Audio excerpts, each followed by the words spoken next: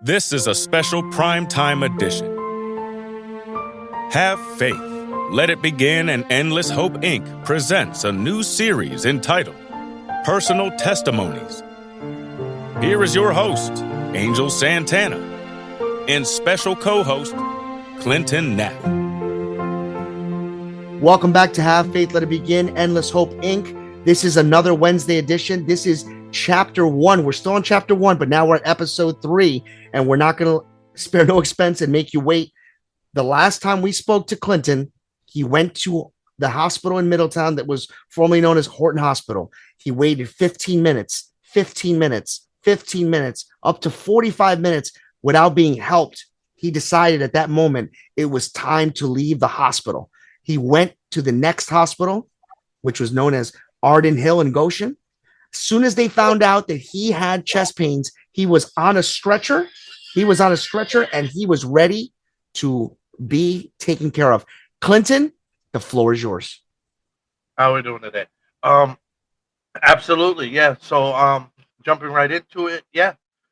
So I walked in, like you said, I mentioned that I was having some chest pains, and immediately, again, like I said, I couldn't blink fast enough when I was in the back, and I had more doctors and nurses around me than I had ever seen in my life.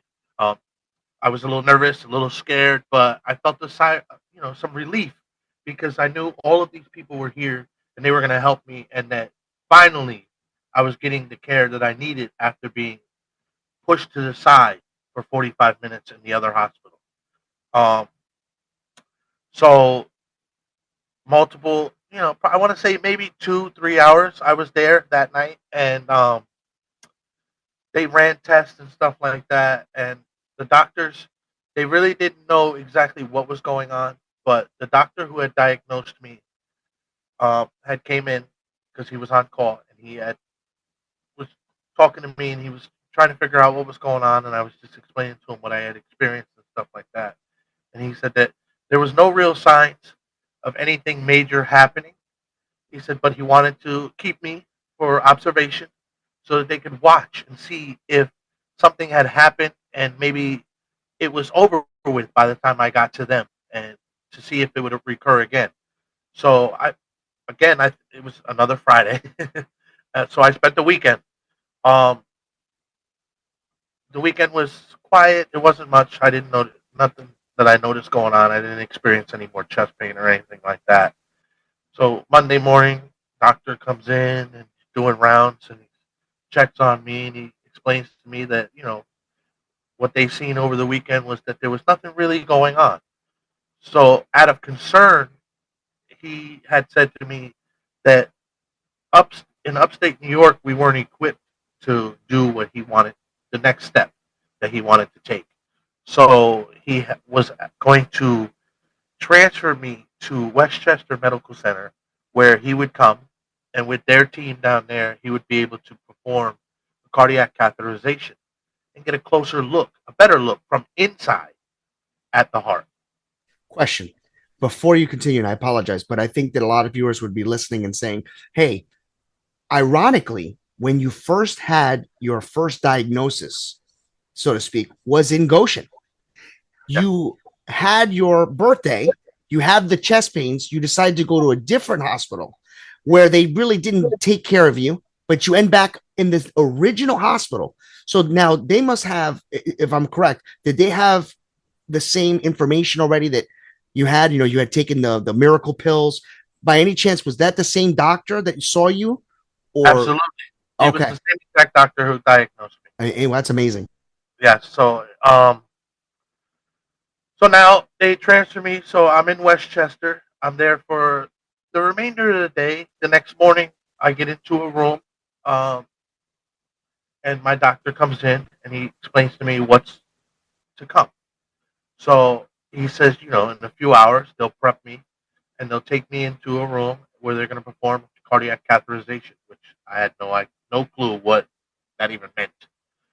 So he explained where they were going to go through my groin, and they were going to send up a wire or a camera, so to speak, and they would look, and they would be able to take notes on the pressures, on how the output the heart was, the intake it was taking, and stuff like that, so that they could then see exactly how well it was functioning versus using just ultrasound, so to speak. Uh, Have you ever had procedures at all before no, this? So this would no, basically be your first actual uh, to you major surgery or minor surgery, somewhat. absolutely. Where's your I, mindset at this point?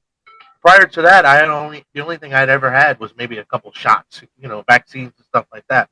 Um, Now I was nervous because I didn't know what was to come, and I've seen a lot of TV shows and stuff like that. So now in my head, I'm thinking, okay, I don't want to go into this room and not come out. I Right. have a little boy at home. I haven't seen him in 3 days as it is. So I was a little nervous, a little Okay. scared. Um, they performed a procedure. When my doctor was done performing the procedure, he leaned down next to me and said that everything looked to be as he expected, but there were a few things that drew some concern, and he wanted to have one of the doctors from their medical team, their cardiac team, to do a biopsy on the heart so that they could get even more answers. And he was basically asking me for my consent. At which point I said, "Hey, I'm here, right? Why not? Let's go for it. Let's figure this thing out." So the doctor came in. He introduced himself, um, and got right to it. Procedure total with the catheterization down to the biopsy. I want to say I was in there maybe hour and a half, 2 hours. Um, I wasn't out, just some light sedation to keep me, you know, not feeling any pain or anything like that. So 2 hours later, 2.5 hours later, I'm back in my room with the wife and some family. I'm laying there.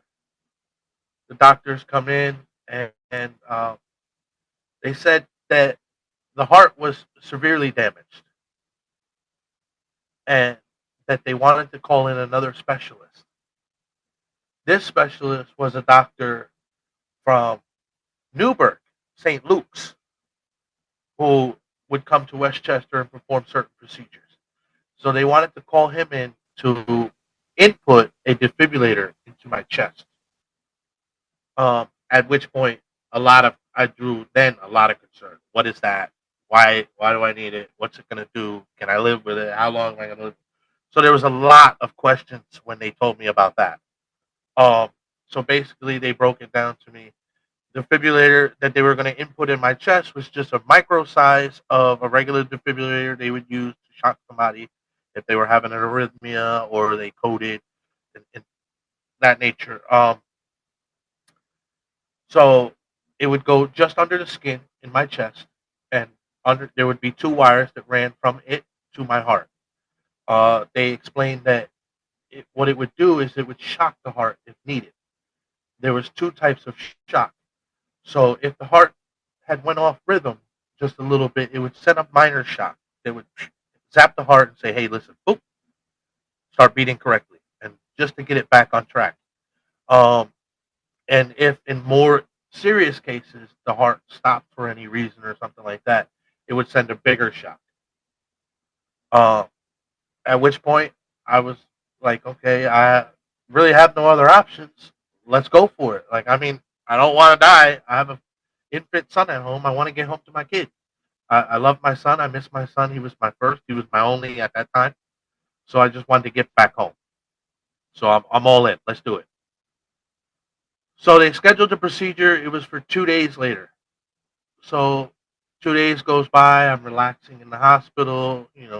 Spending some time with family and friends and stuff like that.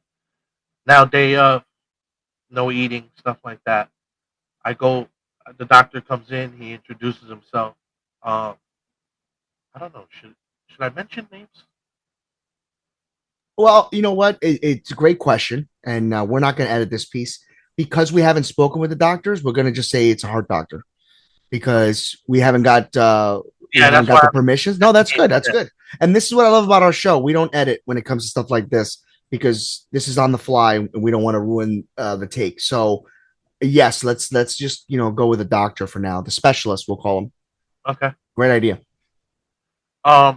So he comes in, he introduces himself, gives me a little back history on who he is and what he does and how long he's been in the field and stuff like that. Um,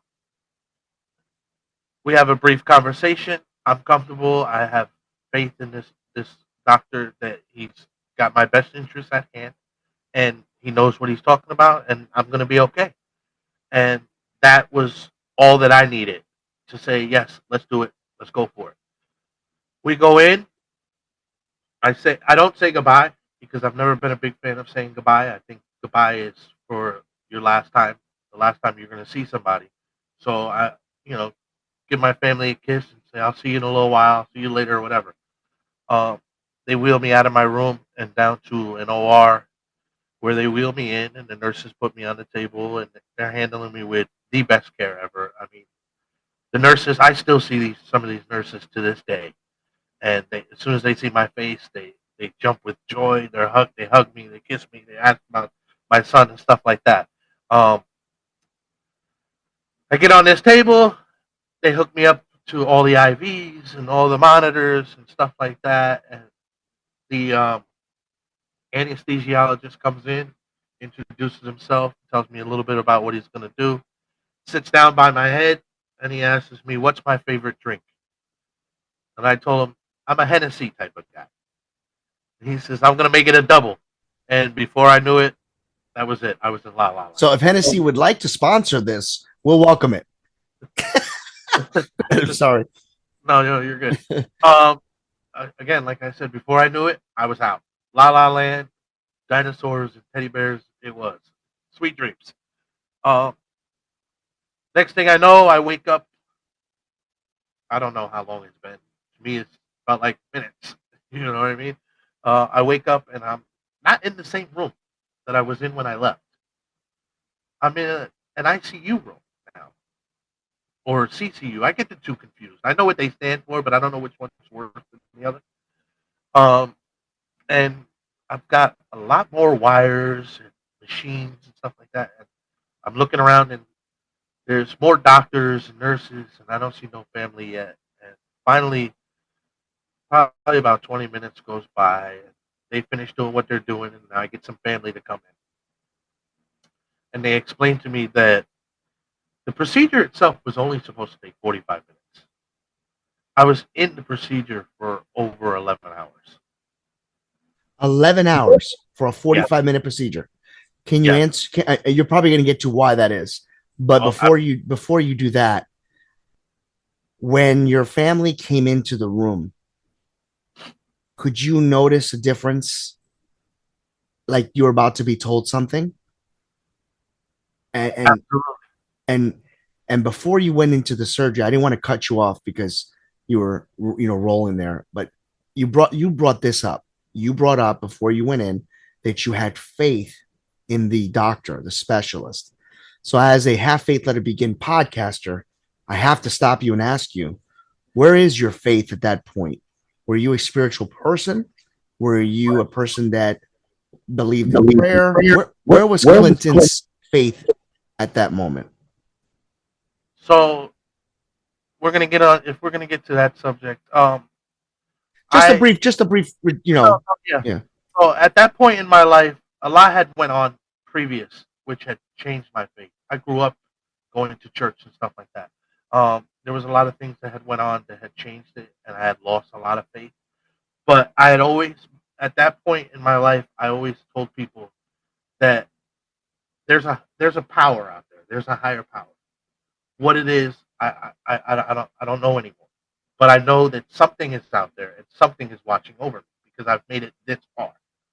That's perfect. So That's a perfect answer. And we're going to get into that because I'm sure that there's a reason for that, and we'll make sure to Have Faith, Let It Begin, and Endless Hope people we'll make an episode out of that. And I don't want you to go off topic. I'm sorry that I put you in that position, but no, you're good. I brought up the faith part because I know people would ask. So we're gonna hold on that, and we'll cut into that. But let's go into what I cut you off at. You woke up. What was supposed to be a 45-minute procedure is now an 11-hour procedure.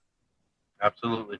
Yeah. So you had asked if when my family and wife at the time, my girlfriend, had walked into the room, if I could see that something was going on.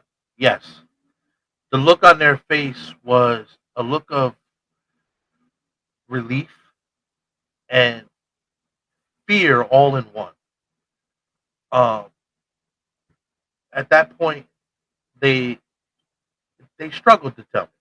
I mean, it wasn't until just a few years ago I learned the exact whole truth about it, and they gave me bits and pieces, and they just told me at that point that it took a little bit longer than it was supposed to, and because some things had happened.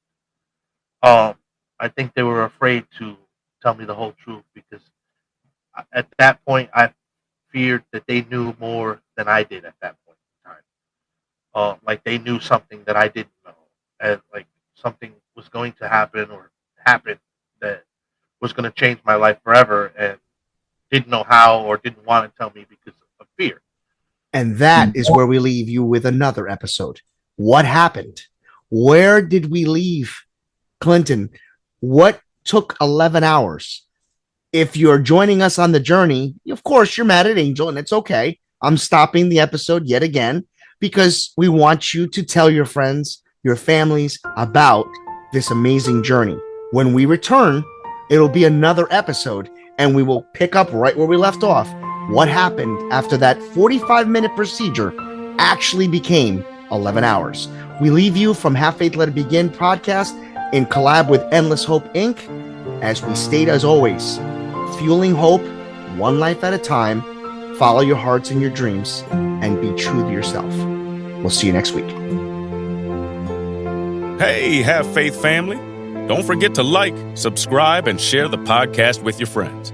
Visit our website, havefaithletitbegin.com. We would love to hear your feedback.